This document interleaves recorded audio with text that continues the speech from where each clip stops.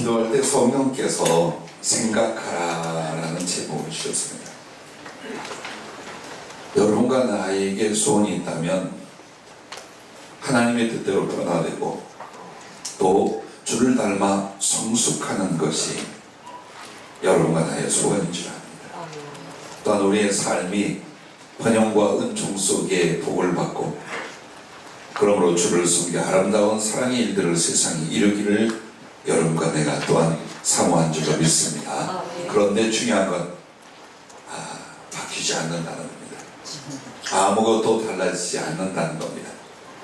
그러므로 여러분이 사는 삶의 지금 현실 세상 염려와 그 일 앞에서 여러분은 놓아야 됩니다. 우리의 모든 것이 세상 염려와 일입니다. 그러나 실제로 그렇지 않습니다. 그러므로 여러분과 나에게 성령이 제안하신 것은 생각만 해도 변화될 수 있다라고 하셨습니다. 그런데 생각을 안 한답니다. 즉 모든 걸 세상 염려와 일에 대한 생각으로부터 주님과 그의 뜻과 그의 나라에 대한 생각을 하지 않으므로 아무것도 바뀌지 않고 아무것도 하나님이 보고 지울 것이 일어나지 않는다라고 했습니다. 엄청난 노력과 수고를 통해서 하나님의 은혜와 축복의 역사가 일어나는 것이 아니라 생각만 바꿔도 됩니다. 그래서 오늘 왜 주님이 많은 말씀 중에 이 본문을 택하여 우리에게 주셨느냐? 여러분 여기에 나오는 눈은 몸의 등불이니 그러므로 네 눈이 성하면 온몸이 밝을 것이요 눈이 나쁘면 온몸이 어두울 것이니 그러므로 네게 있는 빛이 어두우면 그 어둠이 얼마나 더하겠느냐. 여러분 여기서 말하는 눈이 무엇이라고 생각합니까? 여러분의 생각이랍니다. 무슨 생각을 합니까? 세상과 세상 일과 염려의 모든 생각은 여러분의 영혼과 미래를 어둡게 할 뿐입니다. 그러나 주님과 그 은총의 생각을 함으로 말미암아 여러분의 영혼과 삶의 눈이 밝아지고 바르게 찾고 바르게 행하고 그리고 하나님께서 주신 말씀의 축복이 여러분의 영혼과 미래와 삶 속에 이루어질 수 있다고 하셨습니다. 우리는 우리의 존재적 시작이 생각이 있어요. 근데 그 생각이 어떠하냐에 따라서 나의 마음도 삶도 거기에 고정되거나 그 방향으로 나가게 된다 이 말입니다. 여러분과 내가 눈이 어두웠으니 몸이 어두웠고 눈이 밝으니 그 몸과 몸이 살아가는 삶이 밝아질 줄로 믿습니다. 오늘 그러면 어떤 생각을 하라는 것입니까?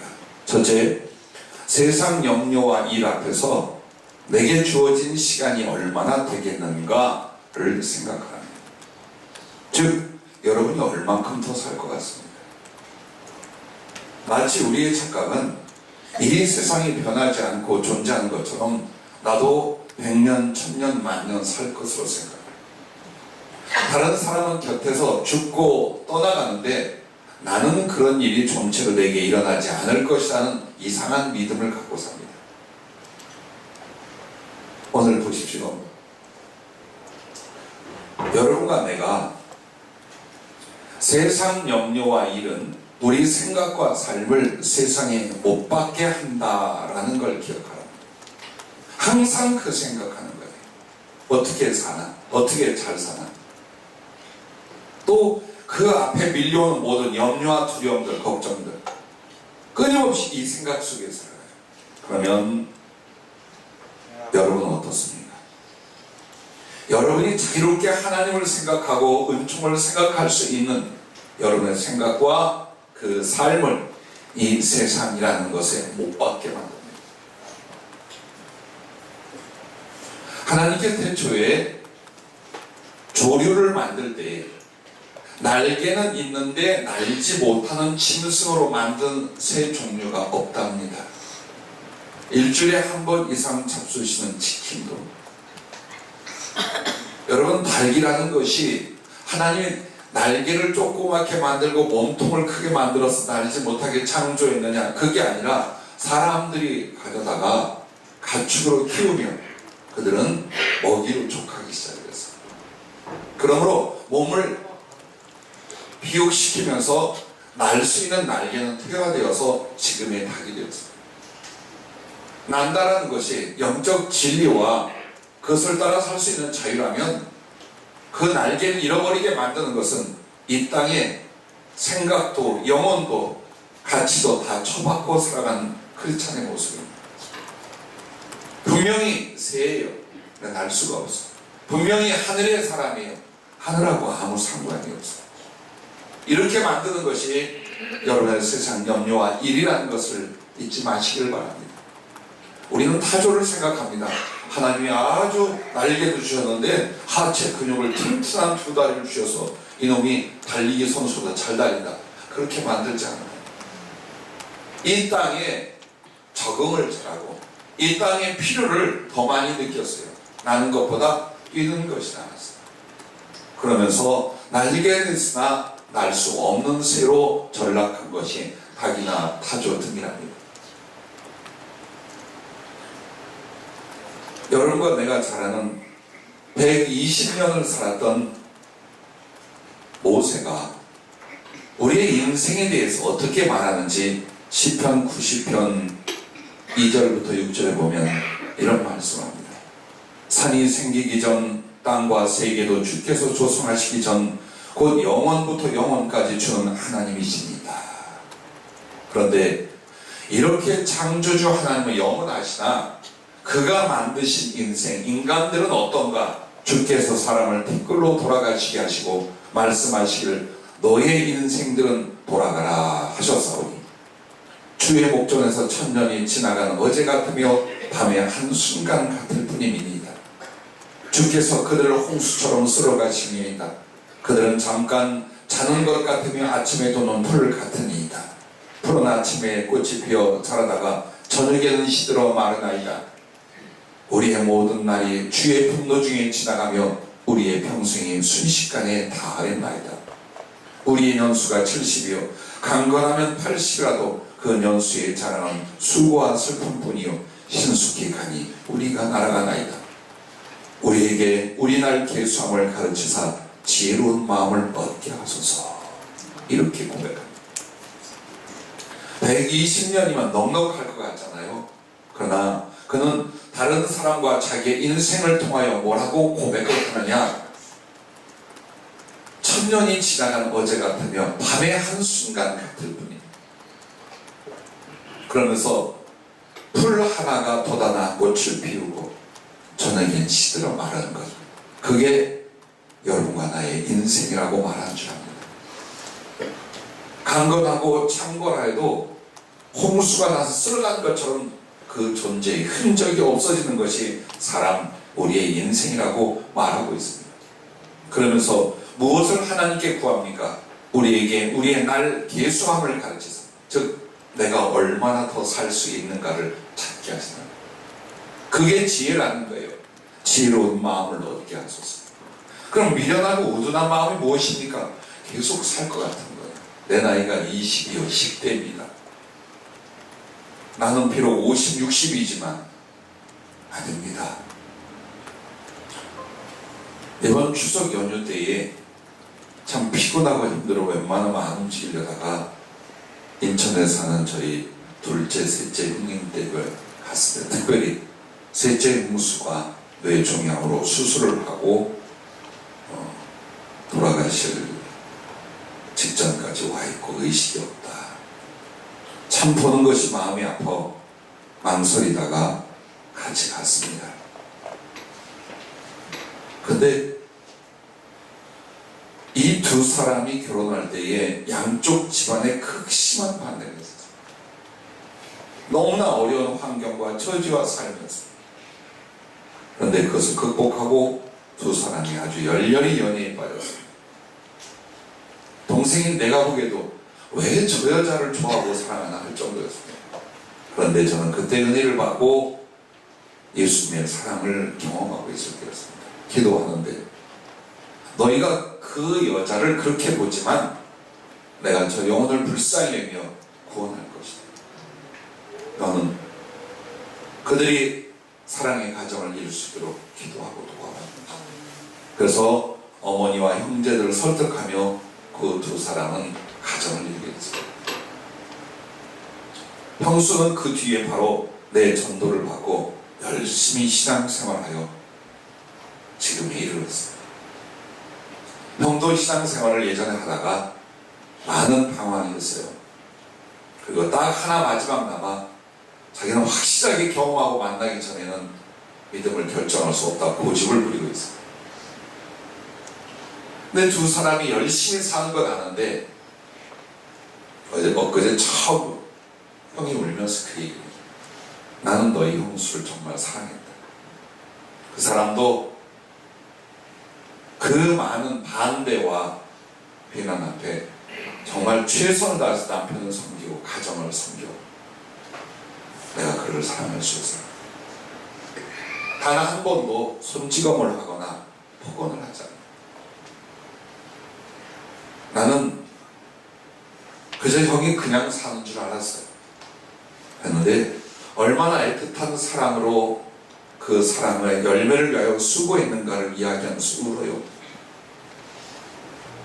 정말 자식 결혼시켜서 사업하게 하고 자기들 양쪽에 조그마한 사업을 통해 어느 정도 살만했어요.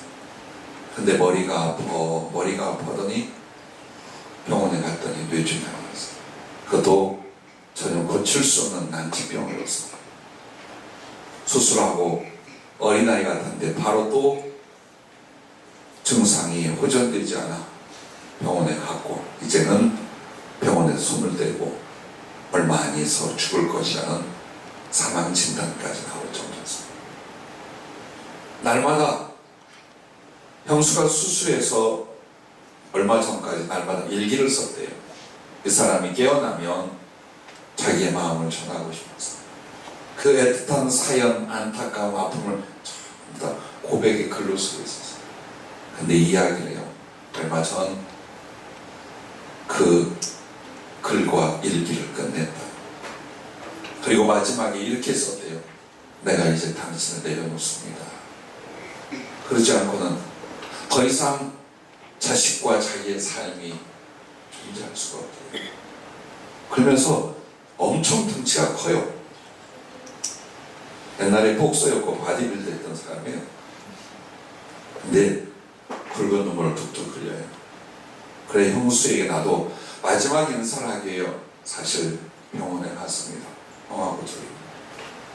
근데 놀랍게도 생명력이 있어요. 금방 돌아가실 사람이 아니고 주님이 곁에 와 있었어요. 그리고 그 이마에다 십자가를 그리면서 이런 말씀을 해요. 내가 저에게 세례를 베푸노라. 세례는 옛날에 받았어요.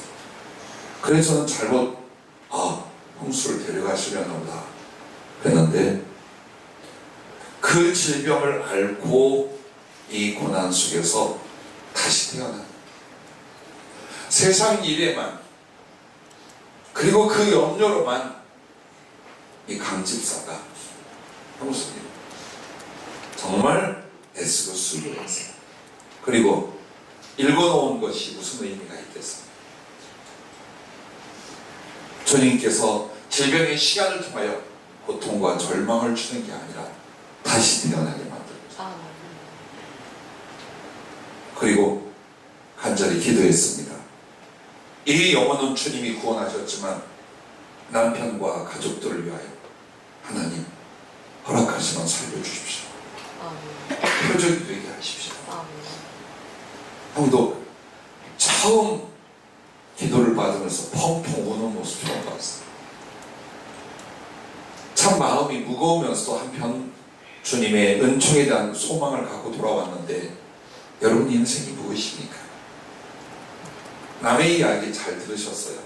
그러나 여러분의 이야기 이렇게 애쓰고 수고하고 몸부림치며 살면서 인생도 영혼도 신앙마저도 세상 염려와 일에 다 던져버리며 산다는 어느 날 다가온 시간 여러분과 나는 어떻게 하겠습니까? 그래서 생각해보라 이 말이야. 네가 지금 얼만큼 할 것 같아?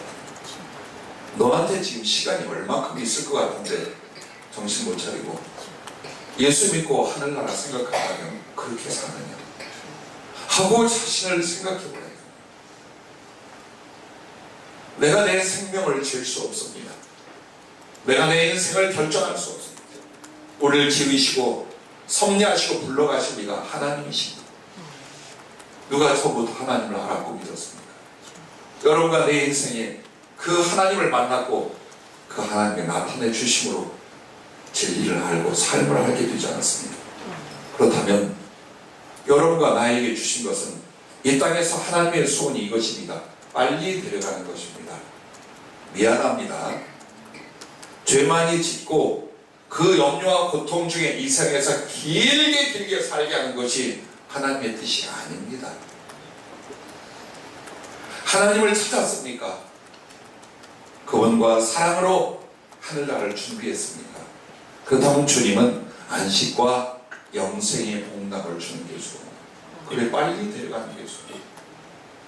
우리는 믿음이 있다 하면서도 좀 더 나은 것을 보기 위하여 악착같이 살려고 합니다.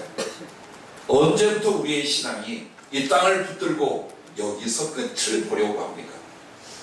그래서 그 생각을 바꾸라는 겁니다. 정말 내 모든 생각이 육신과 이 세상에 대한 것인가? 결국 세상 염려와 일만을 생각한다면 여러분의 삶의 수고도 헛것이 되고 심지어는 신앙마저도 헛것이 되게 됩니다.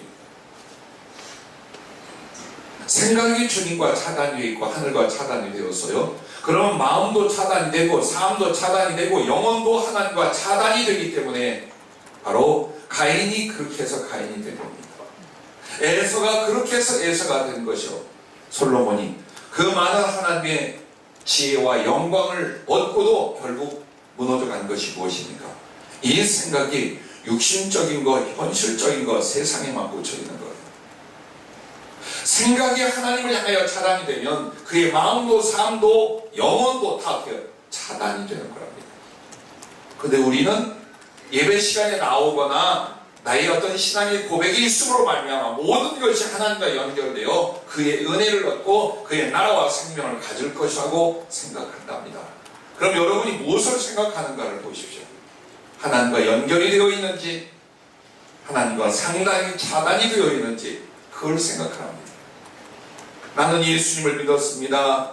하나님의 종이요 주를 위해 살았습니다 라고 하는데 생각이 현실과 육체와 그리고 물질만에 있었다면 우리는 주님과 단절된 신앙이라고 말할 수 있는 것입니다. 그러므로 주께서 내게 주신 시간과 기회가 얼마나 남았을까를 생각하라는 것입니다. 120년을 살고 났더니 너무 빠르더라고요. 형제들이 모여 그 이야기를 해요. 셋째는 뚝뚝이 같고 둘째 형은 굉장히 말씀을 잘하고 많아요. 근데 그 형이 그러더라고요. 아주 못된 놈들은 어려서 생각을 다 하고 굉장히 기억이 좋은 사람도 있는데 대부분의 사람은 어려서의 일을 기억을 못하고 뇌의 변화가 일어난다더라. 그러니까 우리 아들들, 우리 아빠는 2살 때, 3살 때, 5살 때, 7살 때, 9살, 10살 다 기억하던데요. 그래서 나쁜 놈이다.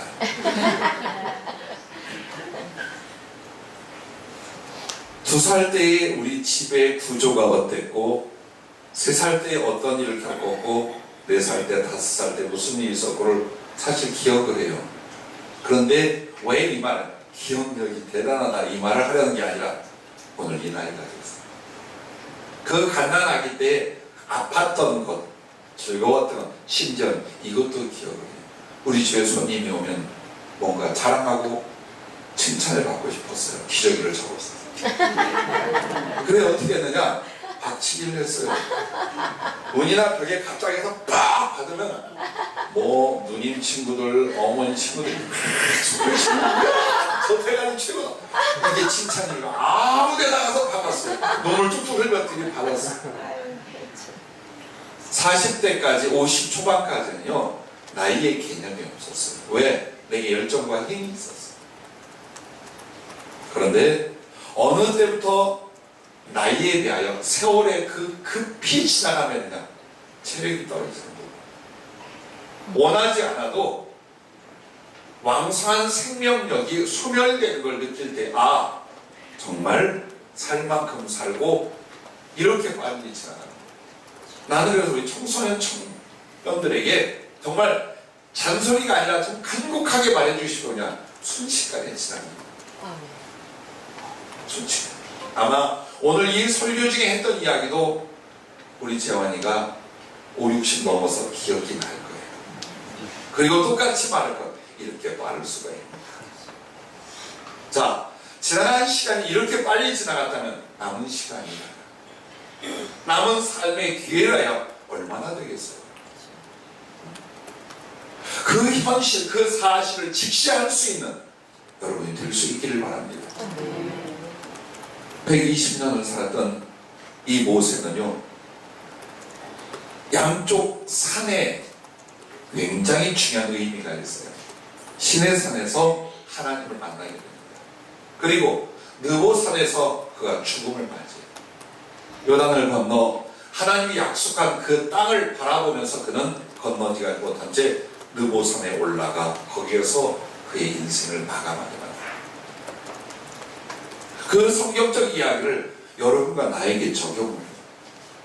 여러분의 영혼은 항상 시내산에 올라가 있기를 바랍니다. 그리고 그 시내산에서 저 넓은 들판과 땅이 아니라 위로부터 임하시는 하나님을 바라보고 그 나라를 바라보십시오. 또한 여러분의 육체와 그리고 세상을 사는 이 인생은 느보산에 올라가 있으십시오. 여기서 끝이야. 천년 만년 계속되는 게 내 인생이 아니라 하나님이 나를 거두실 거라는 거예요. 내 인생의 끝이 신속하게 우리에게 오고 있다는 것을 그 느보산에서 여러분과 나는 각인하고 살아야 할 것입니다. 여러분과 내가 정말 주님 앞에 내 인생에 남은 시간을 하루하루 계산하고 있다면 그 생각은 여러분에게 얼마나 후회하게 만들며 얼마나 간절하게 만들며 얼마나 열심히 있게 만들고 얼마나 감사를 불러일으킬 것인가를 여러분 기억하십시오. 교장한 목사님들이 이런 글을 하나 카톡에 올렸어요. 여러분이 풀어보세요.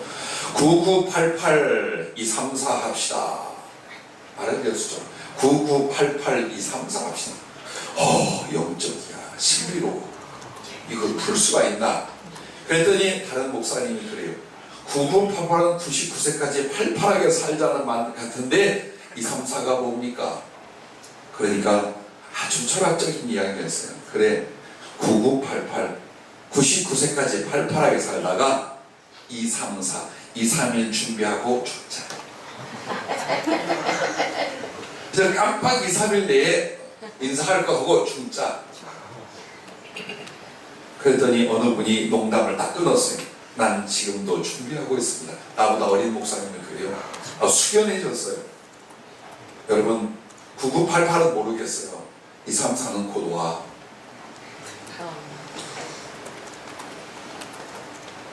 우리는 우리의 죽음이나 마지막이라는 생각을 안 하려고 합니다.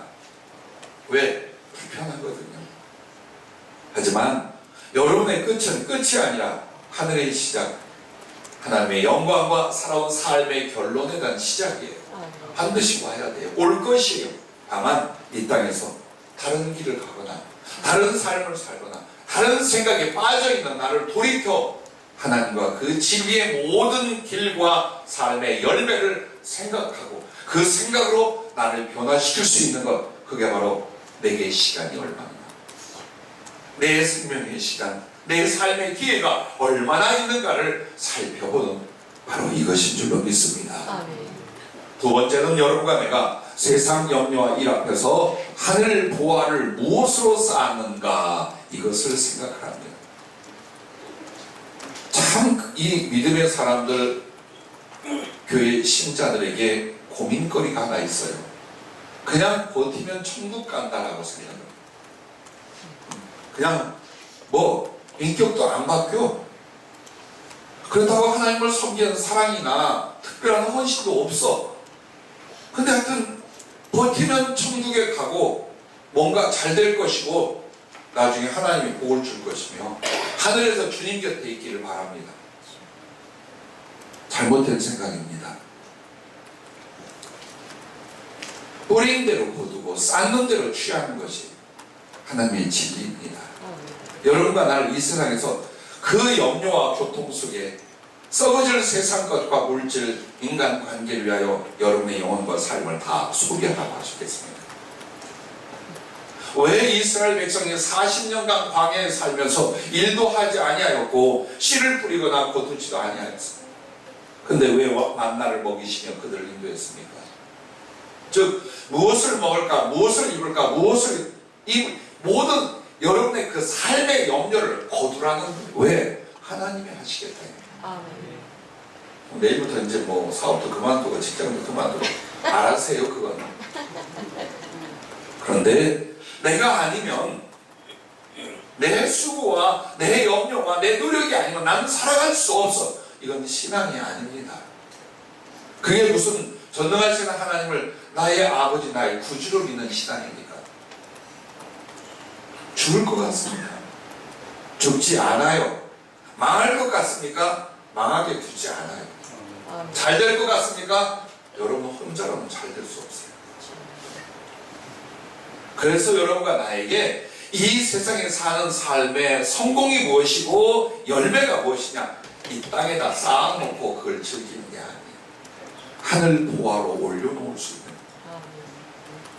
그래서 주님이 마태복음 6장 19절부터 21절에 너희를 위하여 보물을 땅에 쌓아두지 말라. 거기는 종과 동록이 해하며 도둑이 구멍을 뚫고 도둑질하느니라.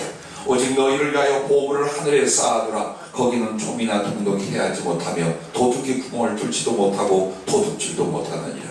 네 보물이 있는 그곳에는 네 마음도 있느니라.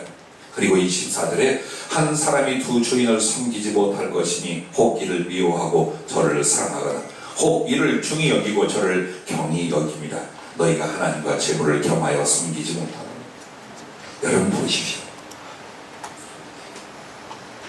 저도 물질을 초월하고 자유롭게 살았다고 생각했어요. 근데 필요한데 없으니까 물질이 대단합니다. 사랑도 우정도 희망도 믿음도 거기서 나오더만요. 어려서부터 목회하면서 몰랐는데 정말 아쉽고 절실히 필요한 사역과 삶에 딱 부딪혀보니까 왜 이렇게 사람들이 돈에 미쳐 물질에 모든 걸 바쳐 살아가는가를 그만큼은 이해할 수 있어요. 근데 이걸 이기고 벗어나야 되는 거예요. 그게 진리요, 그게 신앙이라 그 말이에요. 자, 한번 보십시오. 여러분과 나를 위하여 살아가는 삶 속에서요, 대부분에 보면 이 땅에서 잘 먹고 잘 살고 그러기 위하여 많이 모아 축적하는 것이 있어요. 이거 외에는 없어요. 근데 보십시오. 우리가 하나님을 모를 때야 그게 철학이 없고 가치관이었다면 이제 하나님을 알았잖아요. 그 사랑도 그 은총도 그 나라도 알게 되었잖아요. 내가 이렇게 살다가 주님 옆에 갈 것도 알았죠. 그러면 잠깐 사는 인생에 보물이라고 내 모든 수고와 희망과 노력을 다 쏟아 여기에 두지 말고 하늘에 옮겨놓아라. 영혼을 사는 하늘에 옮겨놓아라. 그 말이에요. 이걸 생각하라는 거예요. 여러분이 주님 나라 갔을 때에 주님이 네가 하늘의 보화를 이렇게 쌓았고 네가 하늘의 덕을 이렇게 모았느니라 라고 여러분이 짐작할 만한 게 있습니까? 없다면 생각해요. 하늘의 영혼을 살 사람인데 하늘에 올려놓은 게 없어. 가족과 육체와 현실 속에 모든 걸 바치고 없어. 왜 그걸 생각하지 않냐. 어느 날 여러분에게 죽음이 왔습니다. 어느 날 주님이 이 육체의 생명을 멈추고 하늘 본향으로 여러분 부를 때에 주님 앞에 어떤 사랑의 예물을, 어떤 충성을, 어떤 하늘에 있을 보화를 쌓았느냐, 이걸 생각하면 소름이 끼치지 않아요? 뭐하고 살고 있는지. 그래서 첫째, 자기를 속이지 말라라고 하셨습니다. 어떻게 우리를 속입니까? 세상에서 더 큰 소득이 생기면 그때 주의를 하겠다는 것과 지금은 형편이 안 되어서 섬기지 못하고 내가 그러는 것을 하나님이 아실 거라고 생각하는 것은 자기를 속이는 생각입니다. 그것은 물질이나 삶의 미련과 인색함 때문에 선한 일과 사랑의 일과 섬김의 일들을 안 하면 사는 변명이랍니다. 나중에 잘 되면 하리라. 잘 안 되면 지금이 형편이 어려워 내가 못한 걸 주님이 아실 거라. 아니요, 어려운 가운데 선한 일을 하고 사랑의 일을 하고 하늘을 위한 일을 하는 거예요. 만약 여러분이 연약할 때, 어려울 때, 궁핍의 때에 못하면 부할 때, 넉넉할 때는 더 못합니다. 왜? 그만큼 해야 할 일이 많아져요. 난 물질로 주의를 하겠다는 사람들을 수십 년 동안 양육하고 기도해주고 훈련하며 지켜봤어요. 거의 99%가 어떻게 된 줄 압니까? 하나님이 물질을 주었죠. 이걸 가지고 더 돈 벌 일에만 투자하게 돼요. 그것도 자기 생각. 아무도 하늘의 보화를 쌓는 사랑의 일, 섬김의 일, 구제의 일, 선교의 일 대접하고 섬기고 남에게 베풀고 이거 잘 못합니다. 그러나 만약 사르밧 과부처럼 한 끼 식량밖에 없어요. 그럼에도 하나님 앞에 이것을 하나님의 사람이나 다른 사람에게 베풀고 섬길 수 있다면 그에게 넘치게 될 때, 그가 부유해졌을 때에 얼마든지 사랑과 긍휼을 위하여 하나님의 영광과 생명 나눔을 위하여 베풀 사람이에요. 충분히 할 수 있는 사람이에요. 그래서 여러분이 내가 나중에 형편이 좋아지면, 건강해지면, 더 잘 살게 되면, 소정의 목적을 이루고 나면, 아니요, 그게 바로 자기를 속이는 생각이랍니다. 그럼 어떻게 할까요? 오늘 순간마다 감사와 사랑이 우러나 섬기는 수고와 물질이 주 앞에 하늘에 보화를 쌓는 것이었어요. 그렇습니다. 하나님 앞에 여러분이 정말 남들을 위하여, 어려운 이들을 위하여, 혹은 하나님의 나라와 복음 전파를 위하여 나의 물질이며 내 소중한 것들을 드릴 수 있다면 그게 바로 주님 앞에 쌓는, 하늘에 쌓는 보화라는 것 너무나 잘 알고 있습니다. 제게는 하늘의 보화 중에 한 가지가 있었습니다. 주님 나라에 나의 집이라는 곳에 엄청나게 많은 옷들이 있었습니다. 사람에게 입혀야 될 옷들. 그리스도의 의와 그리스도로 옷 입히라는, 즉 영혼을 구원하고 하나님의 사람으로 양육시키는, 그것이 내게 가장 중요한 하늘의 보화라 하셨습니다. 그래서 엄청나게 많은 옷을 쌓았는데 처음에 그게 내 옷인가 했어요. 아니, 이 땅에 있는 동안 예수님으로 옷 입혀라, 하나님의 생명으로 옷 입혀라. 그걸 위하여 네 청춘도 영혼도 생명도 가져라. 그렇다면 여러분은 무엇을 가지고 하늘의 보화를 쌓을 수가 있겠습니까? 이 마태복음 6장의 본문은 물질 이야기예요. 그 모든 걸 가져 얼마나 사랑해요, 얼마나 소망해요. 그러나 그것을 가지고 어떻게 남을 위해 써라, 선한 일을 위해 써라, 하나님의 영광과 그 나라를 위해서 기꺼이 나누어라. 11주도 못하고 감사도 못하고 선교와 구제도 못하면서 하나님 앞에 은혜를 얻고 주의 나라를 위해서 일하겠다고 거짓말하세요. 그 숱한 세월이 우리로 하여금 하늘에는 아무것도 올려놓지 않고 스스로 위선으로 신앙생활하게 만듭니다. 왜 하나님이 물질 문제를 말하는 줄 압니까? 인간의 모든 애정과 염려가 거기에 있어요. 만약 이것을 사람을 위하여, 충성을 위하여, 하늘을 위하여 쓸 수 있는 사람이라면 이 사람은 어때요? 무엇이든지 할 수 있는 사람. 그게 나와 여러분의 시험이요, 하나님이 지켜보는 부분이 바로 그 부분들이에요. 그러므로 생각을 바꾸십시오. 죽을 것 같고 정말 아무것도 안 될 것 같고 너무나 어려워. 아니요, 내게 허락한 가운데 선한 일을 하세요. 내 생활과 삶의 영역보다 나누고 베풀고 드릴 것을 생각하세요. 있는 만큼. 한 그릇의 양식밖에 없습니다. 나눠. 두 번의 옷밖에 없습니까? 나도 할 수 있어요. 근데 우리가 그렇게 하다가 어느 날 주님 앞에 내 인생의 끝, 생명의 끝이 왔을 때 여러분과 나는 무엇이 되겠습니까? 주님 나라에 갈 수 있을까요? 또 주님 나라에 가서 그 영광 사랑의 보좌 곁에 갈 수 있을까요? 주님이 모든 걸 주셨어요. 그리고 더 주실 거예요. 여기에 우리는 감사와 사랑의 섬김과 나눔이 여러분 삶의 중심이 될 수 있기를 주의 이름으로 축복합니다. 그러면 하늘에 쌓은 보화가 무엇입니까? 내가 무엇을 해서 쌓았는가가 아니라 거기서 내가 받을 보화 돌려주시겠다는.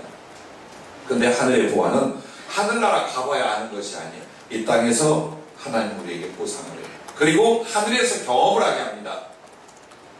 여러분 보세요.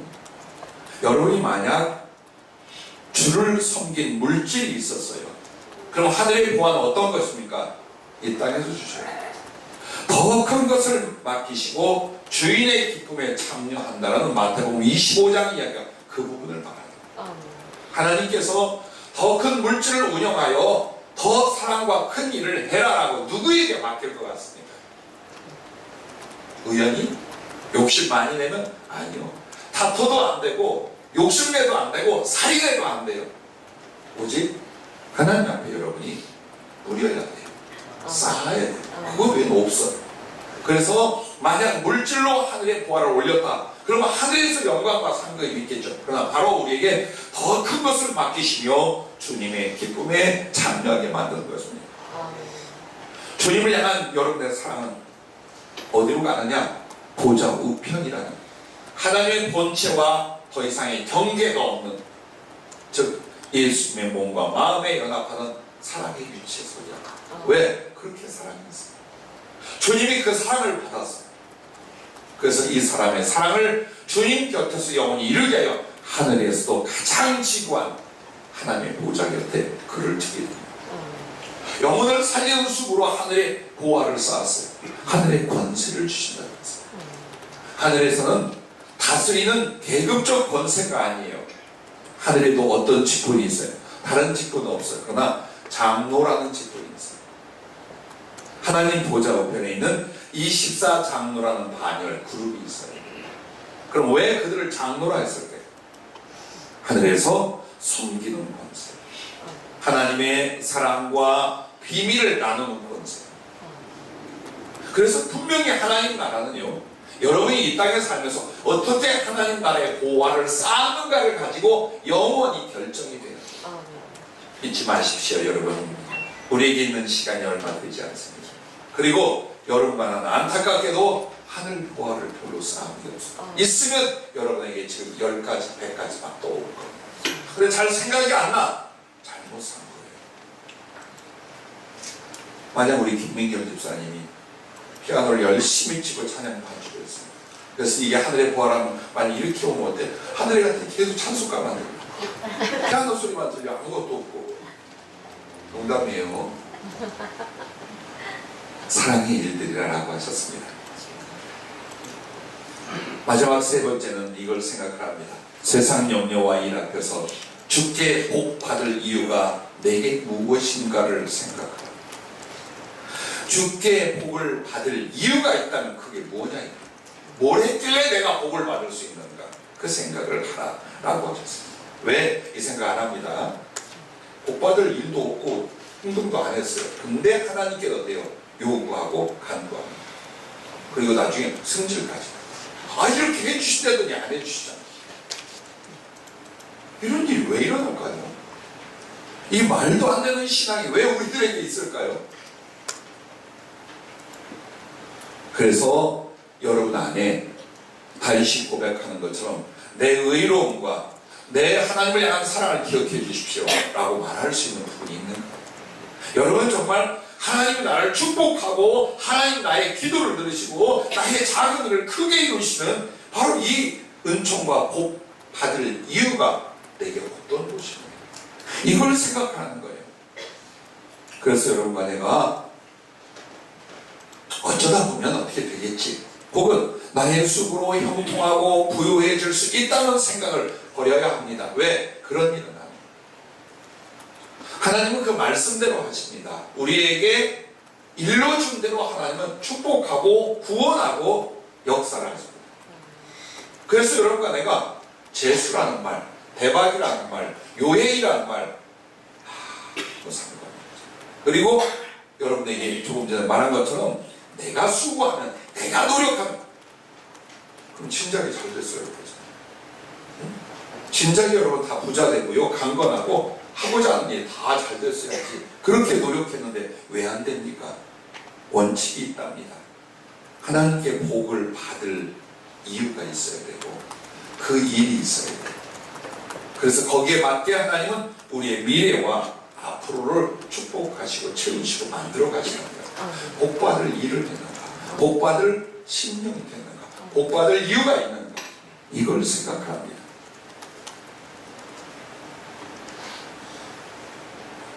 지난주에 잠시 말씀을 하던 베드로와 그의 제자들, 베드로를 처음 부를 때도 갈릴리 바다의 베테랑 어부였어요. 수십 년을 한 바다에서 살면서 고기가 어디 있는지, 어떻게 잡을 수 있는지, 풍랑이 어떻게 일어나는지, 배를 어떻게 몰아야 되는지 다 알아요.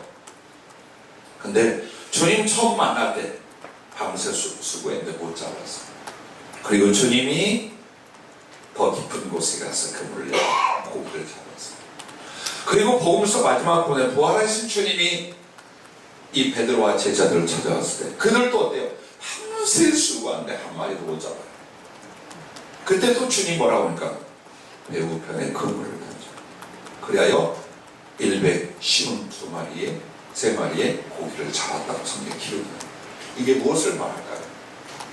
네가 아무리 수고해도 너 혼자 수고하고 너 혼자 노력하는 건 헛수고야. 절대로 안 된다. 하나님이 고기를 붙여주지 않아요.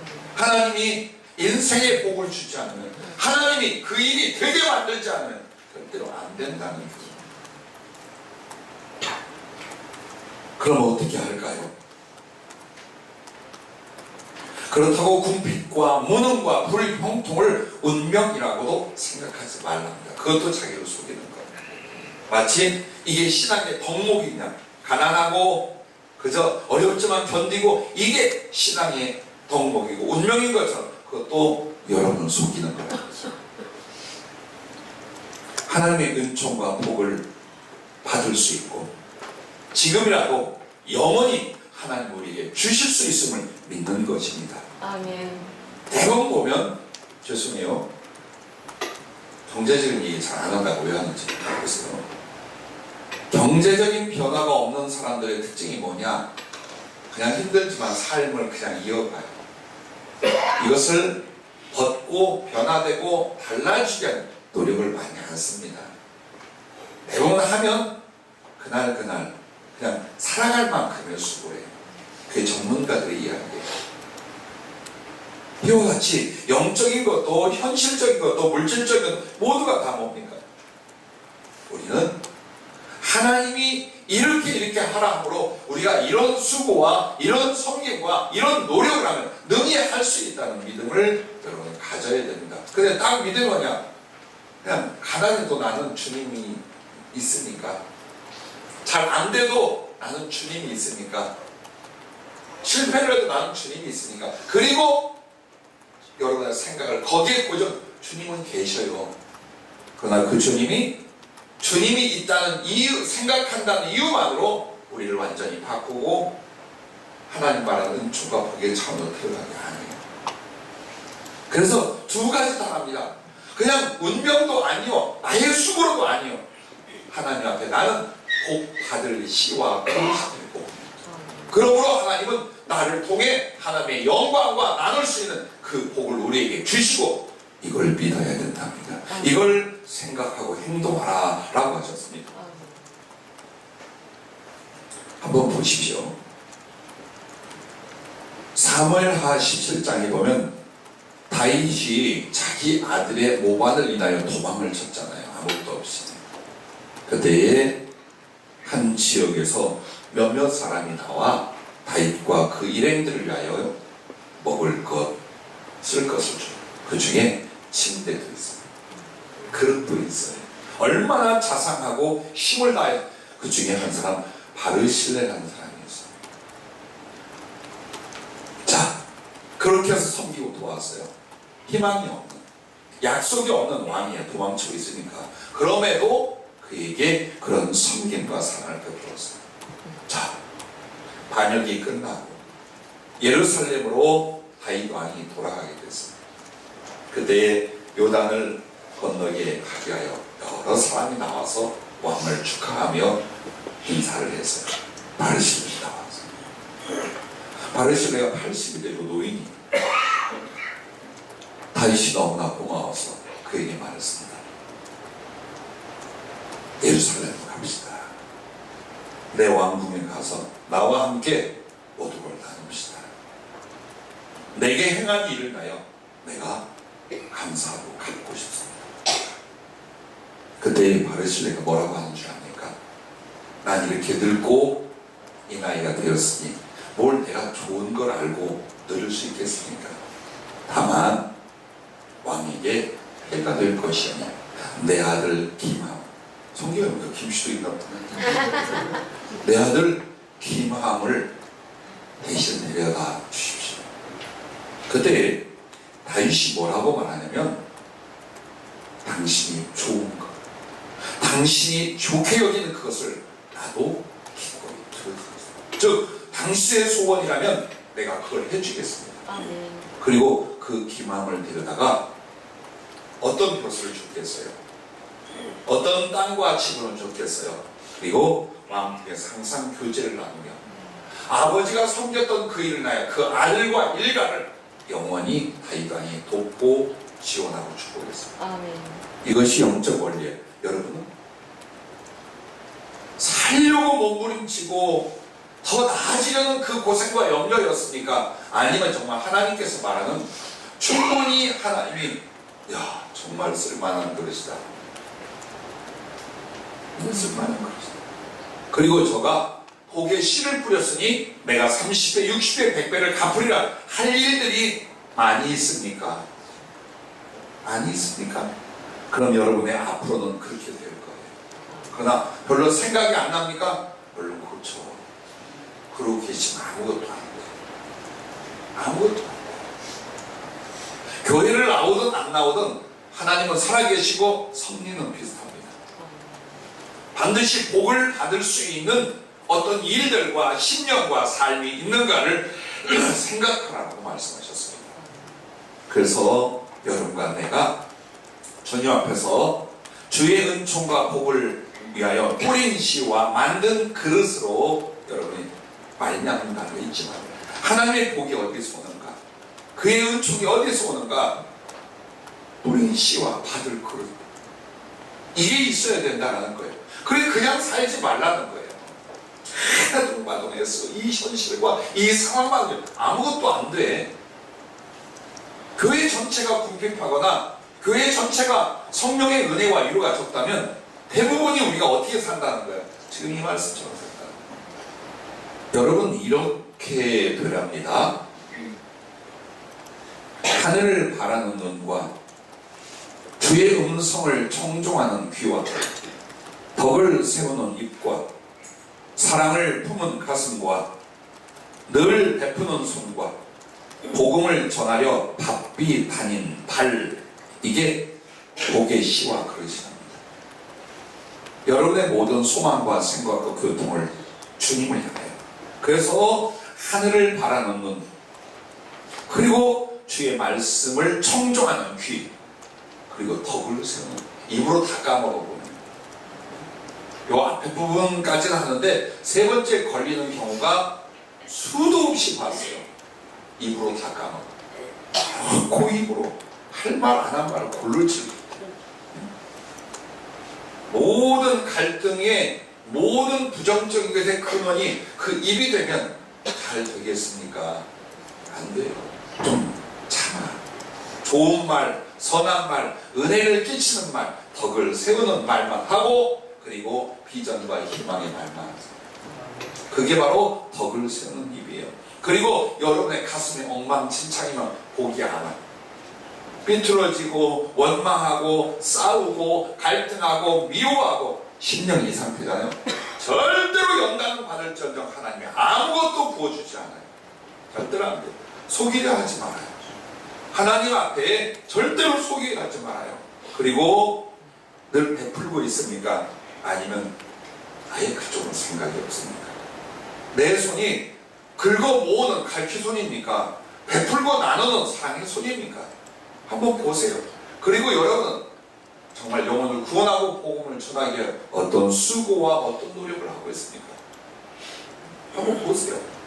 그렇게 하면서 하나님 우리에게 영적으로, 물질적으로, 우리의 가문에, 우리의 사업에, 우리의 삶에, 우리의 사역에 이렇게 축복하고 이렇게 들어서 주시옵소서 해야 된다라고 하셨습니다. 만약 여러분과 내가 정말 하나님께 복을 받을 것이 있다면 작은 기도예요. 그리고 가장 비참한 궁핍과 실패에 대해도 일으키신다. 반드시 일으키신답니다. 그것도 집안 대회예요. 그러므로 오늘 우리는 소위 우리가 여겨지는 복을 이루기 위해서가 아니라 그 복을 받을 만한 그릇과 씨가 되기를 먼저 사모할 수 있기를 주님의 이름으로 축복합니다. 철새 이야기를 수십 년 전에 한번 어느 분의 글에서 읽었어요. 추위를 피하여 따뜻한 남쪽으로 가던 철새들이 가다 보니까 꽤 거두지 않은 옥수수 기타 곡식들이 있었어요. 그래서 가는 길이 머니까 좀 먹고 가자 하고 일부가 내려와서 열심히 먹었는데 이게 맛있는 게 계속 있는 거예요. 그래서 계속 보고 점점 날씨는 바뀌어가고 있어요. 그러자 한 마리 두 마리 떠나갔어요. 얼른 가야지 하고. 근데 욕심쟁이 하나는 끝까지 버텼어요. 아직은 내가 더 먹을 수 있어. 계속 먹었어요. 마지막 친구도 날아갔는데 더 먹었어요. 그리고 이제 추위가 왔어요. 가자 하고 날개치는데 날개가 안 움직이더랍니다. 왜? 죄송해요. 인신공격 아니에요? 오해하지 마세요. 살이 쪘어요. 몸이 비둔해진 거예요. 이 몸을 끌고 날아오를 수가 없게끔 살찔 때까지 그걸 먹고 거기에 모든 걸 쏟아부은 거예요. 이 철새는 얼어 죽었답니다. 신앙으로 사는 사람, 하늘을 향해 가는 사람들이 세상 염려와 일에 모든 생각과 삶이 쏟아진다면 이 철새의 운명이 우리의 운명이 될 것입니다. 그래서 여러분과 나를 향하여 성경은 무엇이라고 말합니까? 존귀하나 깨닫지 못하는 자는 짐승과 같다. 시편의 그 말씀. 여러분은 존귀한 자예요. 혹은 존귀한 위치에 가 있을 수 있어요. 그러나 내가 얼마큼 살았는지, 하늘의 보화에 관하여, 복 받을 일에 관하여 여러분이 깨닫지 못한다면 짐승과, 멸망하는 짐승과 다를 바가 없다. 오늘 여러분과 내가 주님 모셨어요. 한 엄마가 엄마라고 주님 표현을 해요. 자식과 남편이 있었어요. 근데 그 자식과 남편 가정을 잘 아끼고 사랑했어요. 그래서 힘들고 어려운 여자의 몸으로 바다에 가서 항상 낚시질을 해가지고 자식에게는 살을 먹이고 남편에게는 가시를 줬어요. 그걸 발라먹든지 과먹든지 어쨌든 남편도 가시로 그냥 불평은 했지만 아내의 그늘 안에 살았고 자식도 편안하게 성장해 갔어요. 근데 중요한 건 이 엄마, 이 여인에게 나이가 들고 지쳐서 더 이상 바다에 가서 고기를 잡을 수 없는 상황이었어요. 근데 잊고 있었던 건 그 집에 내 자식과 내 남편만 있는 게 아니라 항상 주인이나 손님처럼 예수님이 거기에 와 있었어요. 그걸 보았어요. 그러나 내가 섬기고 돕는 건 내 가족이었어요. 자, 이 여인이 주님께 부탁을 했어요. 주님, 앞으로도 우리 남편과 자식을 위하여 생선이 공급되어야 됩니다. 고기를 공급해 주시옵소서. 그래서 주님이 이렇게 주머니를 들면 낚싯바늘, 줄 같은 걸 난 이거밖에 없다고 내어주는 거예요. 왜? 주님에게 한 것은 고기를 대접하고 매운탕을 대접한 것이 아니었어요. 평생에 뭘 했느냐? 나와 함께 고기를 잡아 우리 가족들을 도와주소서. 그래서 낚싯바늘을 줬어요. 자, 여러분과 내가 살아온 세월에 정말 주님을 사랑하고 그래서 이웃을 사랑하고 복음을 위하여 산 것이 있는가? 그랬다면 생선을 잡아서 주님께 드린 거예요. 그런데 주님은 먹고 소화하고 흩으시잖아요. 거기다가 은혜와 복을 다시 우리에게 돌려주는 거예요. 왜 엄마로 표현을 했느냐? 여러분과 나는 주님을 위한 신부예요. 그리고 이웃과 형제를 돕는 영적 어머니의 역할을 할 사람들이랍니다. 그러나 자기와 자기 가족 혹은 자기 현실만 얽매여 다른 이들을 돌보지 못합니다. 사랑의 일들을 하지 못한다면 주님께 맨날 도와달라고만 했지 당신을 섬기고 하늘의 싸움, 주님께 싸움 보아는 없는 인생이 되고 만답니다. 오늘 여러분 브레이크를 걸 수 있으면 지금 달려가는 길에 브레이크를 거십시오. 그리고 생각을 바꾸십시오. 그 생각은 여러분과 나에게 주님의 원래 계획하신 은총의 길로, 축복의 길로 여러분을 이끌 줄로 믿습니다.